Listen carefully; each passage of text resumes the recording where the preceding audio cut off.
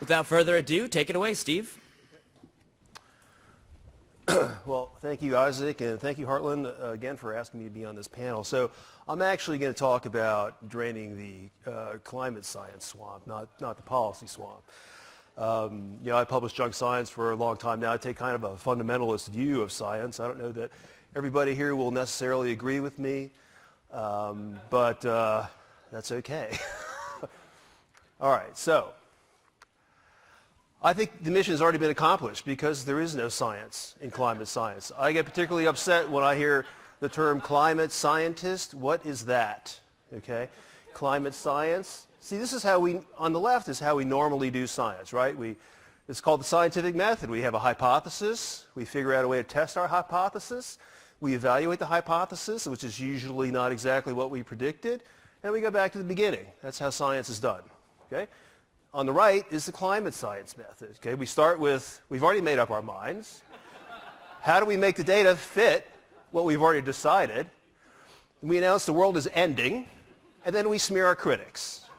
Now, is this not how it works? Okay? I mean, the climate science method is Michael Mann writ large, right? And everybody that works with him. Okay. Here we have Gavin Schmidt. I mean, this is what he considers to be science, just making predictions. Okay, I'll read that for you if you can't.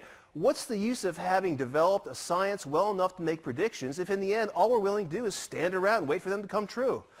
Well, that's not how science works. We make the predictions and then we verify them and then we go back to the beginning, and it's a continual process. You know, science is not a one study, quick and dirty endeavor, but not if you're a government scientist. So there's no science going on in NOAA or NASA or EPA. There's no such thing as climate science because this is what it is to them, right? All they do is make predictions that go out to the year 2100, and we're supposed to, change our lifestyle, reduce our standard of living, completely change our political system for this. It's crazy. Now, this has been very expensive. Here we have President Obama talking about how sea level rise is going to cost us $200 billion by the year 2100. I guess that's the biggest number he could come up with for that. But I don't expect you to, I don't know if you can read this graph. So this is how much money we were spending on climate since between 1998 and the stimulus. We were bumping along at $5 to $7 billion, and all of a sudden stimulus comes along and climate spending goes up to $40 billion. And then, during the second term of Obama, if you read the bottom line there, we're spending, on average, $21 billion per year on climate science. Well, if you add all this up, it comes to about $200 billion. So he's worried about losing $200 billion because of sea level rise by 20. We've already wasted that, and we haven't even done anything.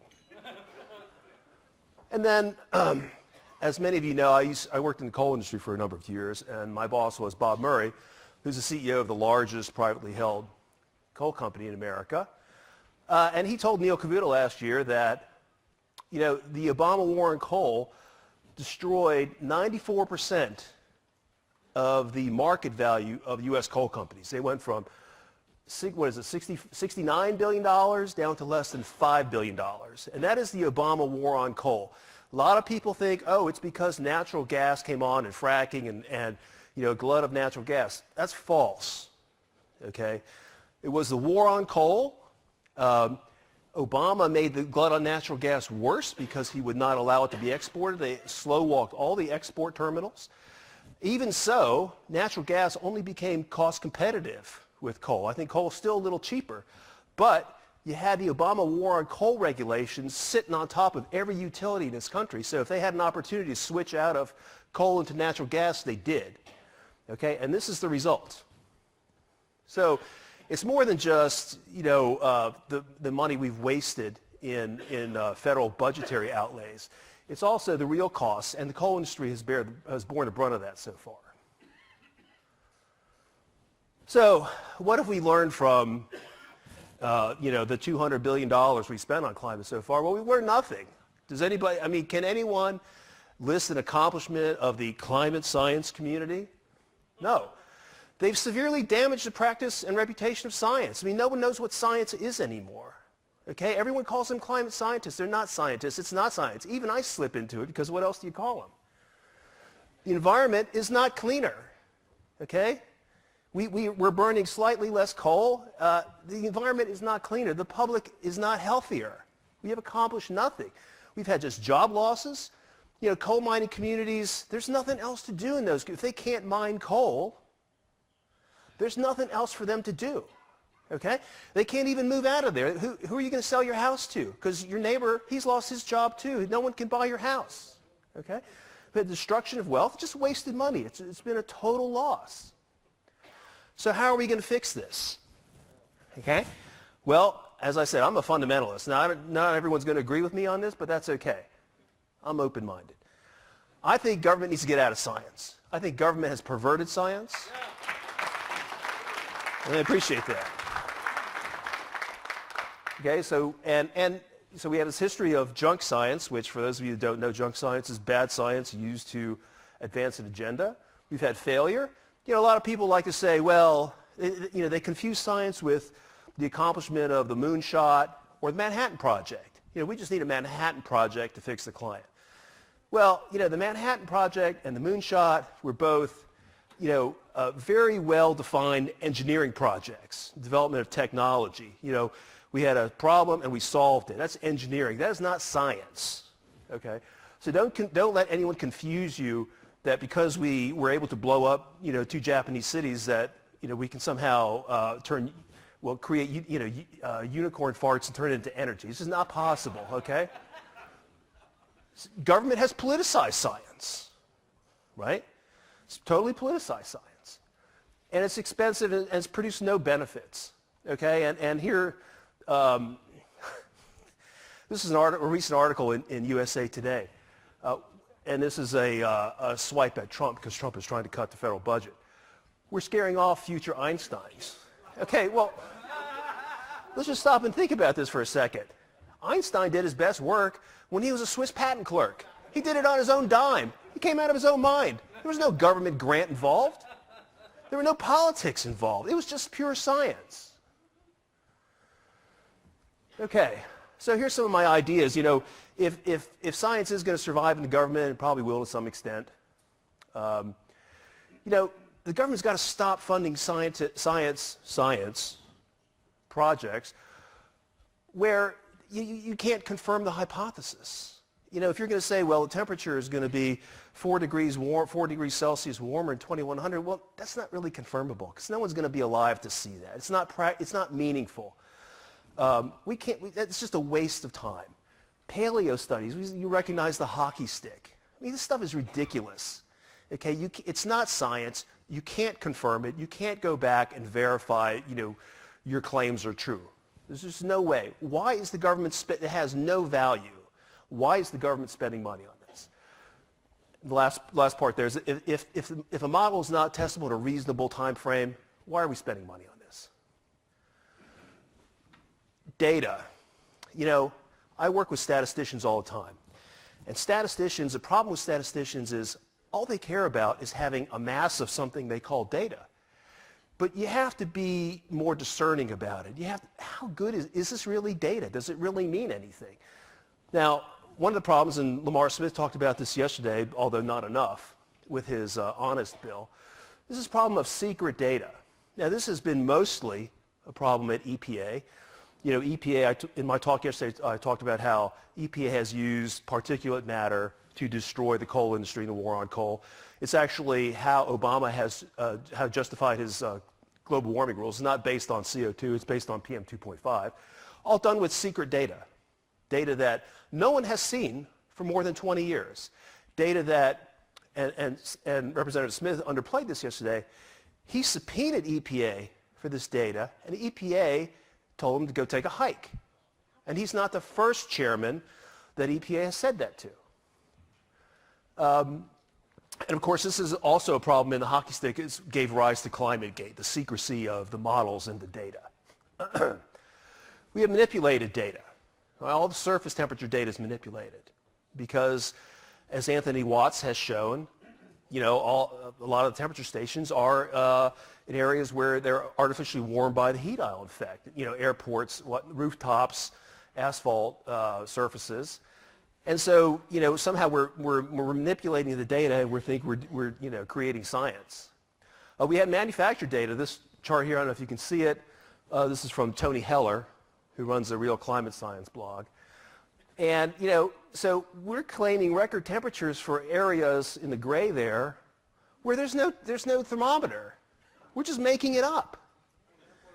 Okay, it's totally manufactured data. We have incomplete data that we rely on. I mean, I think all the temperature data is incomplete. I mean, the notion that, if someone sticks a thermometer and you take your body temperature, at least your body is a small, well-defined entity that you can have a meaningful result from. But average global temperature, what does that mean? Where is that? Who lives there? Nobody. And then we have the last point, precision to 1/100th of a degree centigrade. Okay? Well, if you go on Anthony Watt's site, he's got some great charts there about there's only 8% of NOAA weather stations are accurate to within 1/10 of a degree centigrade. Okay. One degree, that's what it was, 1 degree. Okay, so, but we have accuracy to 0.01. I mean, that's just basic. Everyone knows, everyone who took a statistics or mathematics, they know that's not significant. You can't do that, but NOAA does. Peer review. Okay, I hate peer review. Okay, because there's no such thing. Okay, it's power review, right? You get your friends and in the climate science community, that's what ClimateGate was all about, how they arranged power review. A lot of times it's just rubber stamping. These peer review jobs, they can be honorary, right? I'm associated with this journal, and so they send you the manuscript, you read through it, boom, done. It's ideological proofreading. That happens, of course, that was ClimateGate also. I think, we don't need peer review anymore. We have the internet. You just put a study up there, let people comment who are interested and experts, okay? Let people have at it. We need to revamp cost-benefit analysis. This is more of a policy thing rather than science, but there is a science angle, and it's the benefits. First off, cost-benefit analysis must be mandatory for everything we do. The benefits must be real, okay? And, my particularly bugaboo is EPA and particulate matter, and its claim that 1 out of 4 American deaths is due to outdoor air, okay? This is completely made up, imaginary. There are no, but these benefits, since EPA values every life lost at $9 million, if you're saying that 1 out of 4 deaths is caused by air pollution, and every life is worth $9 million, even if you're 99 years old and you have 2 days to live, and EPA says you died because of air pollution, your life is worth $9 million. It's crazy. But this is how EPA calculates benefits. And of course, there's no industry. You could, for EPA's war on coal, coal's contribution to the GDP is not 20% of what EPA says the value of its PM rules are. So you might as well just get rid of the coal industry according to EPA rationale, and and we'd be making money. Okay, we'd have a positive effect on the GDP. I guess the last thing, and costs. Okay, when government does cost-benefit analysis, they tend to think of costs only in terms of compliance. How much will it cost to satisfy this regulation? Well, of course, that's wrong, okay? Because there are opportunity costs. The way the Clean Air Act operates, we set these ambient air standards for states, and if the states don't meet them, then they get penalized. Well, so to avoid being penalized, what do? They turn down economic opportunities. No, you can't build that factory, okay? These are real economic costs, job losses, lost wealth, okay?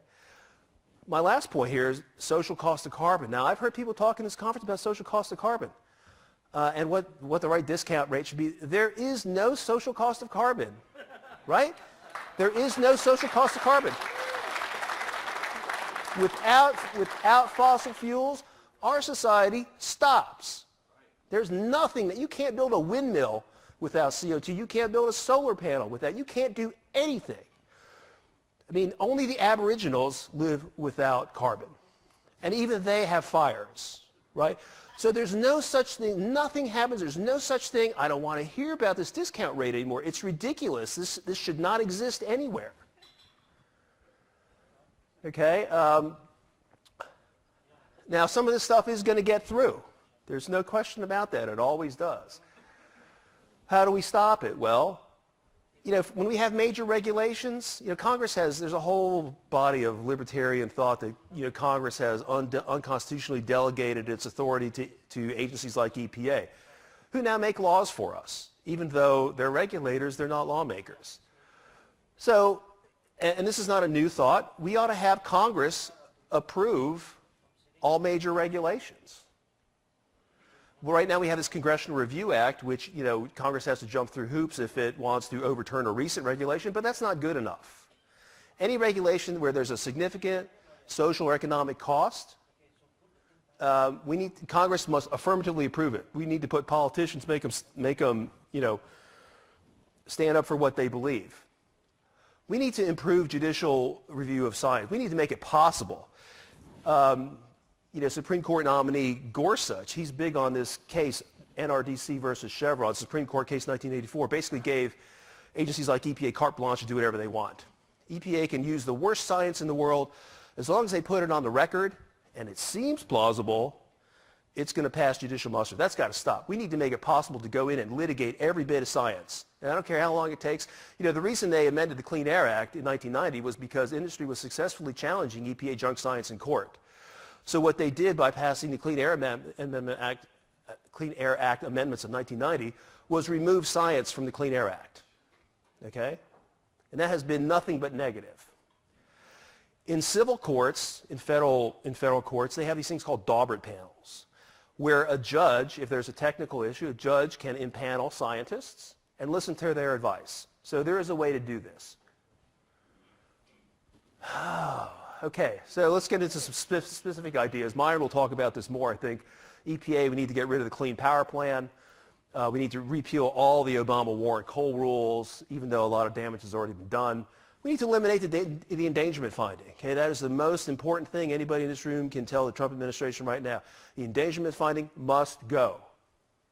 Okay, Congress must get in the act too. I know these guys, they're all cowards. They don't want to get involved. They have got to make clear that EPA does not have authority under the Clean Air Act to regulate carbon dioxide. They need to overrule the, terrible decision in Massachusetts versus EPA, which was made in 2007 at the height of global warming hysteria. The world has changed. We have a lot more data. And we're going to talk about some other issues later, but we have a lot more data. That decision was just made in haste. Okay, so these are just some of the agencies that have climate funding. All the climate funding should be cut. I think the Trump administration has tried to do that, but of course, the swamp is fighting back. The Trump administration tried to cut the climate funding from NASA and its Earth Sciences budget, and I think maybe some of it was cut, but it largely came back because the swamp fights back, and you've got to be vigilant. U.S. Global Change Research Project. This is sort of almost the U.S. equivalent of the IPCC in some ways. Started by George Bush in 1989, like all bad environmental ideas that come from Republicans. Mandated by law in 1990. You have those 13 federal agencies. They periodically issue dramatic climate reports.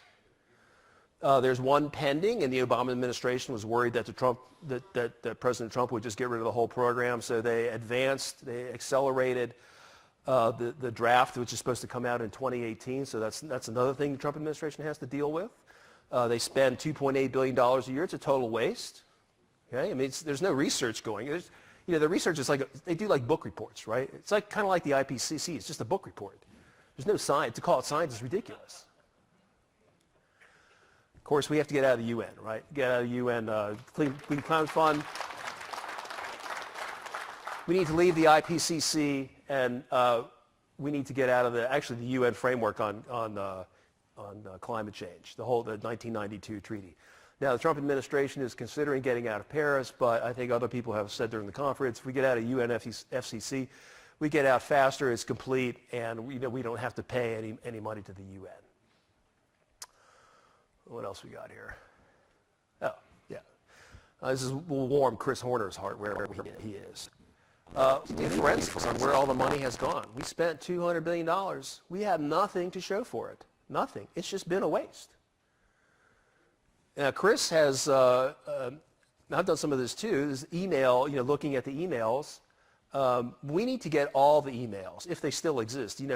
For example, at EPA, after the election, EPA started redoing its website. Well, you can bet a lot of stuff has been lost, a lot of data. ClimateGate, I think, is just the tip of the iceberg. Okay, and I know Tony Heller's not here, but I know he's probably watching online someplace. Tony Heller ought to be hired at NOAA to do a data audit of all their temperature data, right? All right, so we need to establish rules for doing science, because apparently, government science apparently don't know what science is anymore. We need to take away the money, get rid of the authority. We need to stop playing along with these people and do the autopsy. And just in closing, I think that, I'm very pleased with the OMB Director Mulvaney. He says that spending money on climate, we consider that to be a waste of your money, and no truer words have been spoken.